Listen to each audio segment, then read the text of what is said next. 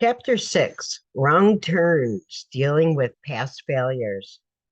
Do the thing you think you cannot do. Eleanor Roosevelt. We've all heard the stories of Abraham Lincoln, Thomas Edison, and many others in our history who failed their way to success. The idea of pulling yourself up by the bootstraps features prominently in the lore handed down to us about the American dream. Nevertheless, our contemporary society seems obsessed with failure.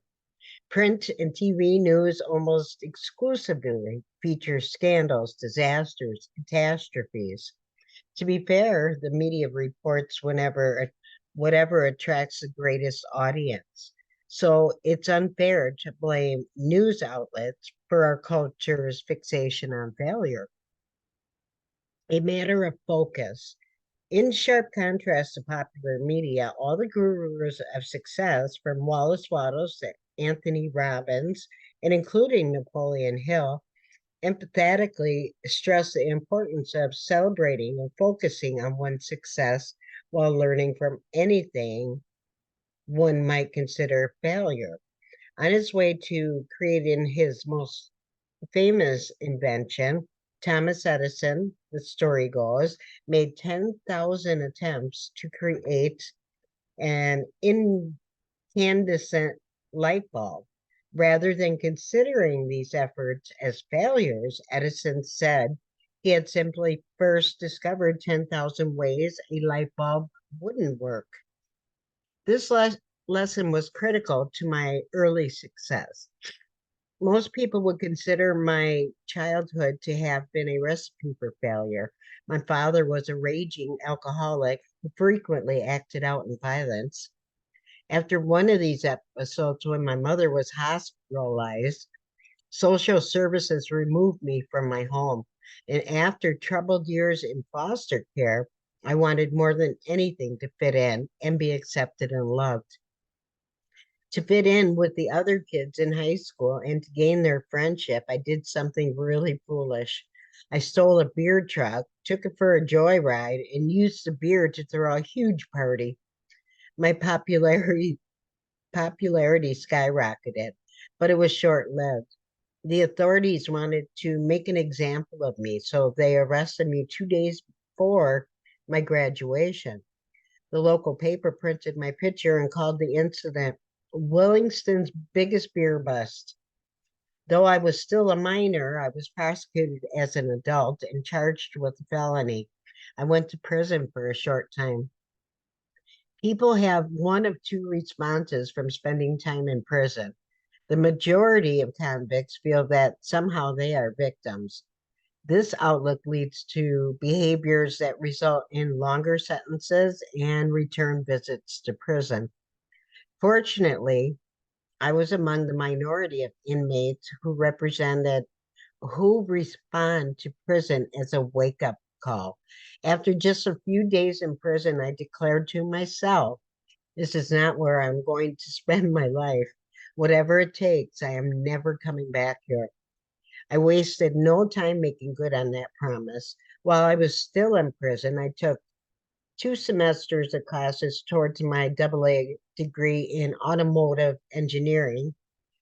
When I got out, I continued my classes. Within a year of my release from prison, the paper ran a second article about me. This time it praised me for making the dean's list in college. My felony conviction, which still stands, could easily have ruined my life. Instead, I used it to focus my energy in a positive way. Fast forward to the present, having taken this important advice to heart, celebrate successes and learn from failures. I am sometimes still amazed when people see massive failure where I see extraordinary success. Forgive me if this seems like I'm tooting my own horn, but it seems necessary to make this vital point. So far in my career, I have documented 44 individual millionaires who acknowledge me as the mentor who empowered them to achieve their business and financial success. In spite of this being what I consider one of my great accomplishments, not infrequently someone will ask if tens of thousands of people have joined your marketing organization over the years. Why are there only 44 millionaires? What do you say about the thousands of failures who never made a nickel? I ask them how it works in other industries and movements. How many people have set out in high school or college with a dream of becoming professional athletes? A great high school coach probably trained thousands of players over his career and wouldn't be considered himself blessed to have one of his students go on to become a star NFL player. How about the healthcare industry? Should we measure the success of the medical profession and pharmaceutical industry by how many people fail to recover or who die while undergoing treatment? Or should we focus on those who are healed? Consider the publishing industry. Tens of thousands of books are published every year. I understand that 95% of those sell less than 200 copies. Less than 1% sells more than 1,000 copies. A tiny handful achieves bestseller status. Then there is the question of how many books that are published actually get read. The Bible is the best-selling book in history, but how many people have actually read it all the way through? How many people have mastered its themes and values in their own lives? Generosity, hospitality, patience, humility, faith, hope, and love.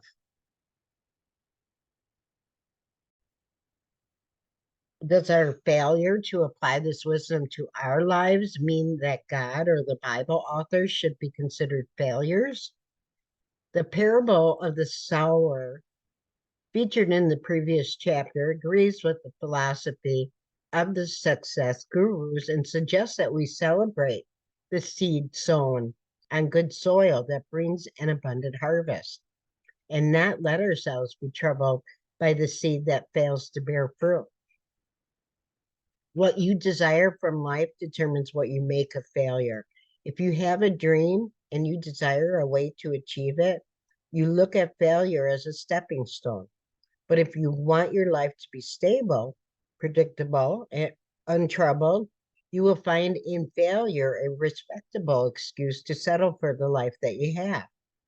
Every time you tell the story of your failure, people will listen with sympathy. Either way, failure serves to fulfill one's desires. So let all be thankful for failure. Learning to focus on desire. I can't overemphasize the importance of developing a mindset that learns from the past failures and focuses on the fulfillment of one's dream. This mindset plays a key part in developing what Napoleon Hill called success consciousness. Dwelling on the past while seeking to achieve a dream is like trying to drive a car with your hands and eyes fixed on the rearview mirror. When setbacks, breakdowns, and other events that might be judged as failures occur, take the time to learn from them. But never lose sight of your dream. Keep your attention on the goal ahead. Since the key to making the most of our failures is to learn from them, we need to learn a bit about learning. Because I approach my work as an educator, learning has been an area of ongoing interest for me. Excuse me. I'll be right back. My apologies. Okay. I have discovered that failure often provides us with the most important quality required for learning, and that's humility. People say what you don't know doesn't hurt you, but it seems obvious to me that failure serves as a wake-up call telling us what you don't know has already hurt you. Before that wake-up call, many a would-be entrepreneur went blithely on his way, unaware he lacked the basic abilities and knowledge required for his particular business. Educators refer to this part of a learning experience as unconscious incompetence. He doesn't know how to succeed, but he doesn't know that he doesn't know that. As supplies of capital deplete and cash flow dries up, many of these people continue to operate from a false confidence in their knowledge and abilities. I want to ask them if what you already know could get you to where you want to go, wouldn't you already be there? For some, failure would be that wake up call. They will suddenly enter what educators call the stage of conscious incompetence. They don't know how to succeed, and now they realize that they don't know. This is true humility. For others, sadly, it will be the end of the road for their dreams. Rather than see failure as a learning process, they will either be ashamed of their failure or blame it on something other than their own lack of understanding and skill. 3 areas of competence. To achieve success in business, I have found 3 areas of competence that one must learn and eventually master: personal development, people skills, and the specific expertise required in a particular business.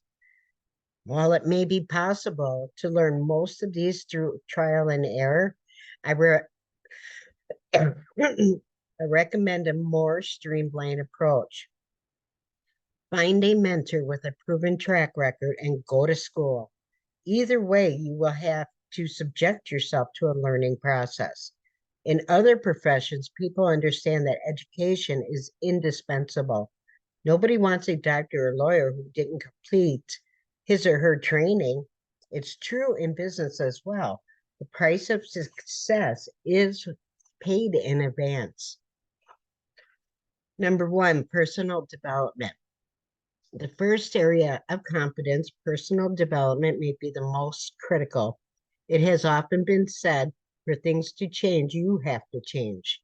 If you read any of the success masters I've mentioned, you'll find they emphasize the importance of working on how you think and how you respond to challenges. Personal development includes learning to take responsibility for the life we have and learning to exercise control over our choices, reactions, thoughts, mental states, and emotions. Ultimately, personal development aims to free us and empower us to faithfully take the actions required for our success. When we first begin to practice a new skill, we experience moments of conscious competence. We can do the thing only awkwardly and with great concentration.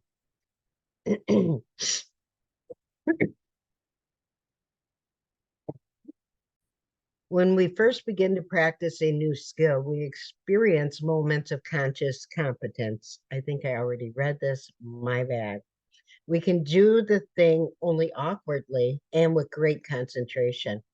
When we have invested enough time practicing a new skill, in the face of difficulty and discomfort, it becomes second nature. This stage, known as unconscious competence, opens the door to mastery. People resist the development of new habits. Initially, those practices are easy to forget. They require discipline, which sounds painful. Today, there are all kinds of smartphone apps that will remind you to do your daily routines, but ultimately it comes down to taking the action. Ralph Waldo Emerson wrote in his essay, Compensation, that the law of nature is do the thing and you shall have the power. But they who do not the thing have not the power. It's as simple as that. Simple to do and yet simple not to do.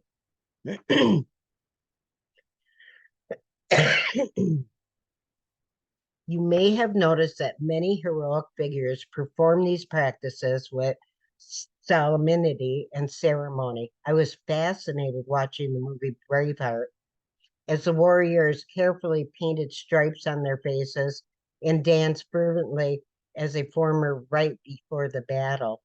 What superhero doesn't have a routine for suiting up and preparing for action? I'm sure these practices gain most religious significance because of their great power to tune up the mind, emotions, spirit, and body, and to focus our energies for effective performance.